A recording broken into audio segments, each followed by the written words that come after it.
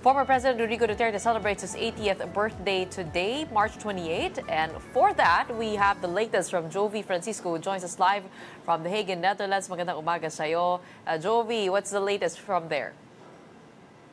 Good morning, Gretchen. So today is the birthday of the former president, and we're expecting to cover at least two major venues here at The Hague today.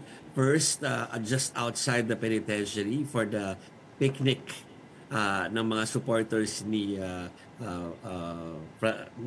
Rodrigo Duterte. And of course, we have the 3 p.m., at least yung time dito sa Hague, na event naman ng mga anti-Duterte at nandun mga attorneys, doon yung some witnesses now, pero syempre hindi pwedeng kunan ng video.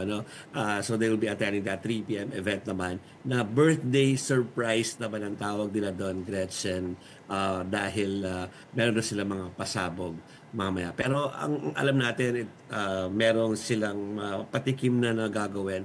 Like magsisindi ng kandila, pero not because it's Duterte's birthday, but parang sindihan ng kandila for the victims ng EJK. All right, but yesterday, you also were sending a lot of videos on the arrival of VP Sara and also Henriette Avancenia in the video. What happened there? You know, Gretchen, I was conversing with Ruth Cabal earlier, before your program, and sabi ko nga, para akong nanood ng pelikula, no? Alam mo yung I don't know, siyempre hindi ka pa buhay. Noong the 80s kasi uso yung mga maikli ang gabi, something. Yung mga mahabang title ng mga pelikula noong mga time na yun. Kasi, of course, some observers might say, bakit ba ito ang kailangan natin i-tackle, mga family issues, o kaya ay family, yung mga ganap sa pamilya.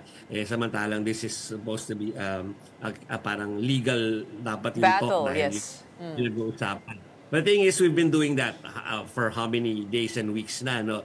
Pero kanina kasi, ang na-witness ng cameras natin at ng ibang journalists na kasama dito ay tungkol sa pamilya. So we can't help but relay it dyan sa Manila.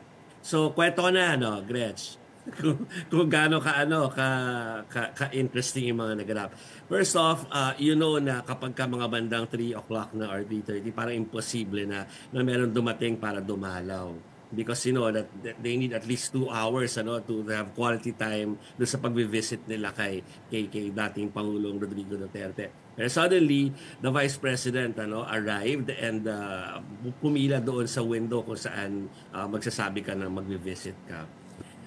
So nakapasok siya, pero parang a few minutes later, eto na yung kanyang mga aid, dala-dala na yung 4 na maleta plus 1 balikbayan box palabas. So yung mga tao sa likod namin, alam mo naman ang mga followers, ay parang sabi, lalaya na ba? Kasi bakit parang parang lalabas ng gamit? Nag-asabalutan na. Oo. Pero turns out, well, before ko sabihin yun, kasunod ng mga maleta at saka nung balikbayan box, ay lumabas na rin si Vice President Sara Duterte. Na again, puzzling yan for us, Gretchen. Nag-cover ka rin dito. Ganong kabilis. Usually 2 hours, di ba? Kapag kasi Vice President ang pumapasok sa loob. It's like 2 hours of wait for us. Pero bigla siya lumabas na at bigla nga nagsabi na doon na parang, no, I didn't speak daw, o hindi siya nakipag-meet sa kanyang father. Nandoon siya to collect the stuff galing ng Manila or Davao na mga gamit ni dating Pangulong Rodrigo Duterte that they attempted to submit doon sa facility para ibigay kay Digong, but it was refused or hindi pinayagan ng facility, so kailangan niya i-collect at iuwi na, kaya dinala niya na kagad sa van after that. So ang mga laman nun ay mga damit at saka mga libro yata. Hindi ko natanong, Gretch, sorry kung merong kulambu doon, dahil alam natin na hindi ko na natanong kasi ang dami ng ibang gusto itanong kay Vice President at basta mga gamit daw yon ni Digong na kailangan na niyang i-collect at ibalik dahil hindi pinayag. Okay, tapos nagsabi siya sa dialect nila, kausap niya yung mga supporters na yes, she'll return later today para doon sa picnic dyan sa site kung saan nangyayari interview na iyan. Okay, so may part 2 yung kwento, pero sige, go ahead and ask your Oh, pero question. nakita ko sabi mo, parang nagkasalisi sila ni Hanilet, ano? Oo, parang salise na parang ano no, parang ano rin, parang choreographed din kasi kakatapos lang naming mag-ambush sa kanya, sumakay siya ng kotse, pabalik kami doon sa driveway, alam mo naman yung lugar na yon. Pabalik na kami doon sa upuan natin doon in front of the penitentiary. And lo and behold, nandun doon ay si Hanilet Avancenia, no? Si Shelito Hanilet Avancenia. Uh, Busy tinkering with her cellphone. Tapos, bigla na lang lumayo doon sa entrance, pumunta doon sa mga supporters niya. Pagdating doon sa mga supporters, naging emotional. At turns out, hindi pa rin siya pinayagan today to see the former president. Ano. So hindi pa rin nagpaulak na interview, pero diyan makikita ko, hindi ko alam kung mahagip dito sa ano na to, no, sa actual part ng video na sinubmit ko. Yung nung lumapit yung isang very close friend niya ay naging emotional si Hanel. Parang more of frustration. Emotional because of frustration. Tama ba ang ano ko doon, Gretchen? Pero basta gano'n. Kasi parang second day na, ayan, yan yung makakap, ano.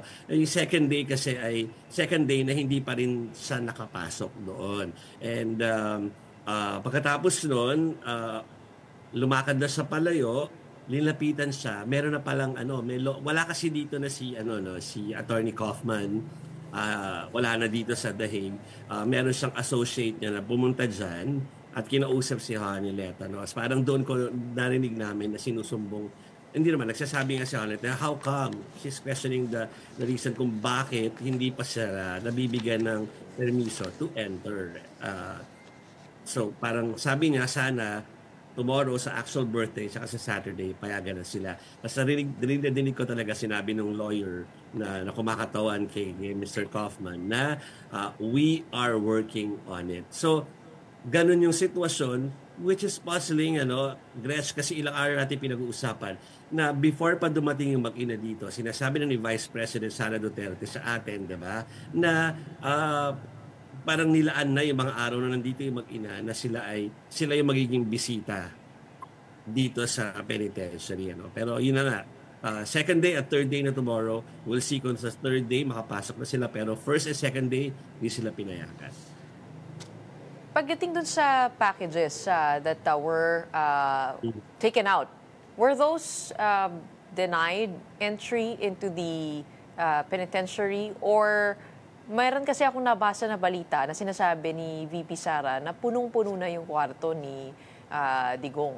So which is it? And also, can you give us an idea of how different things are over there compared to here in the Philippines? Of course, well, nasaksiyan mo naman yan, ang daming layers of approval before, diba? Meron silang proseso na kailangan nasundin, diba? Posible, Gretchen, na meron ng gamit ang dating Pangulo na nandoon na talaga.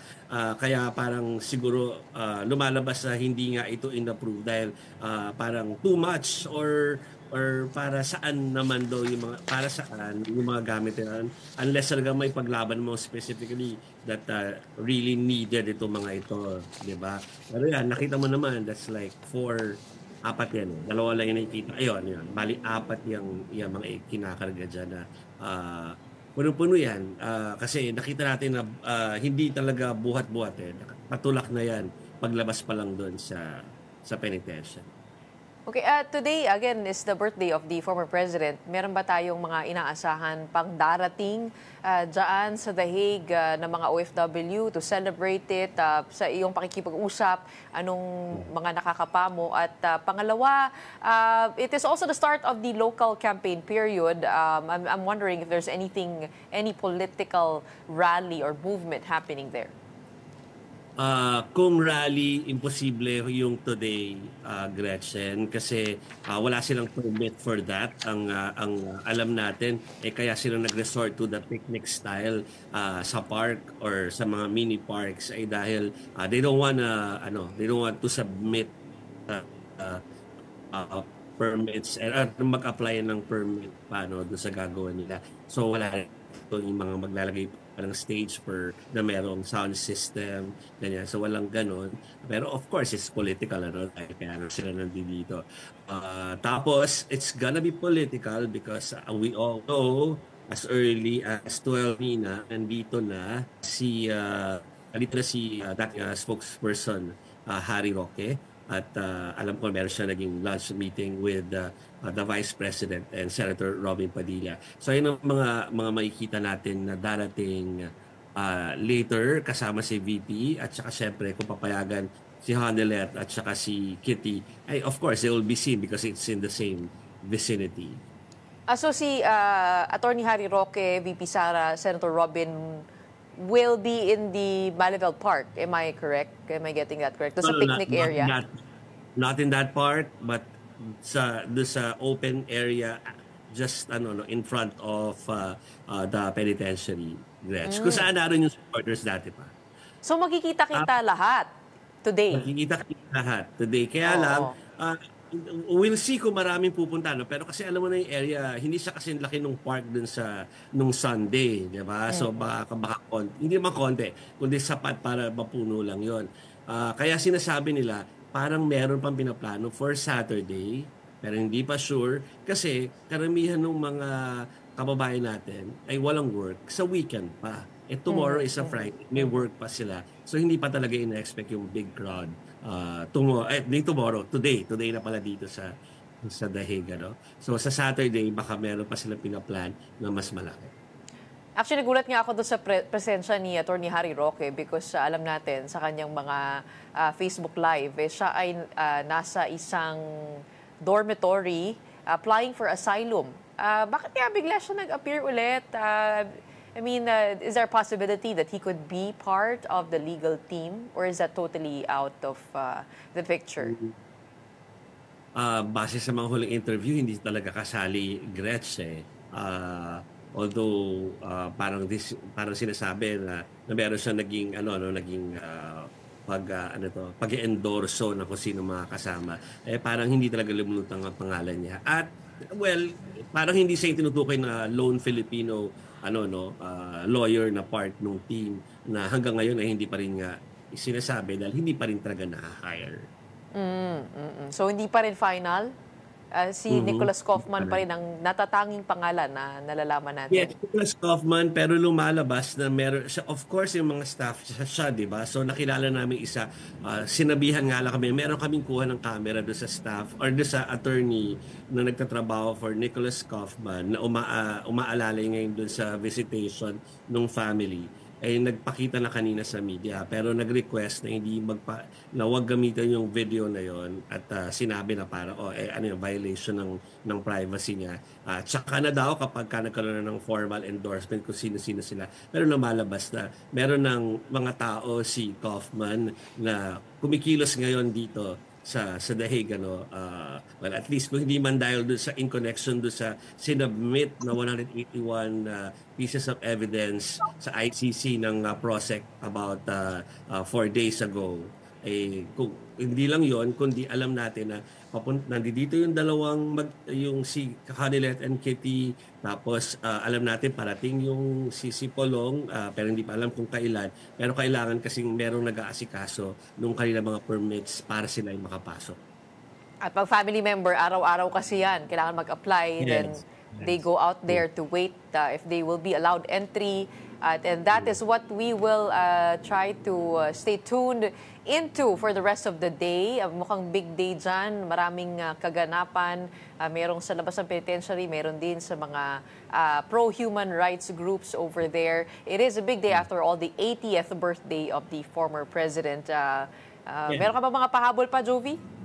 No, baka kasi na-miss out yung earlier na sinabi ng viewers na hindi lang yung pro Duterte activity ang ating i-cover dito pero yung other side ay i-cover din natin yung anti-Duterte groups din na mamaya ay may activity. Buti na lang Gretch at hindi sila sabay, meaning mauuna muna yung pro tapos after sila mag-wrap up dahil 10 o'clock to 3 p.m. lang yung schedule for the pro Duterte activity. at saka palang gagawa ng activity yung kabilang kapwa. And we'll also cover that dahil para fair.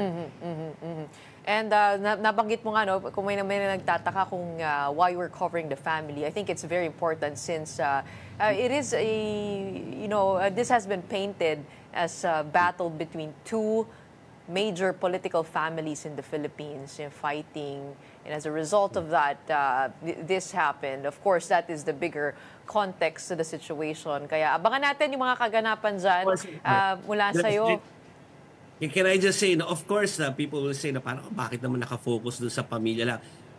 Yes, ina-report namin yon, pero kung nanonood sila since the very beginning of your reportage sa mga araw na ito, yung legal part of this issue or mga event na ito ay kino-cover din natin.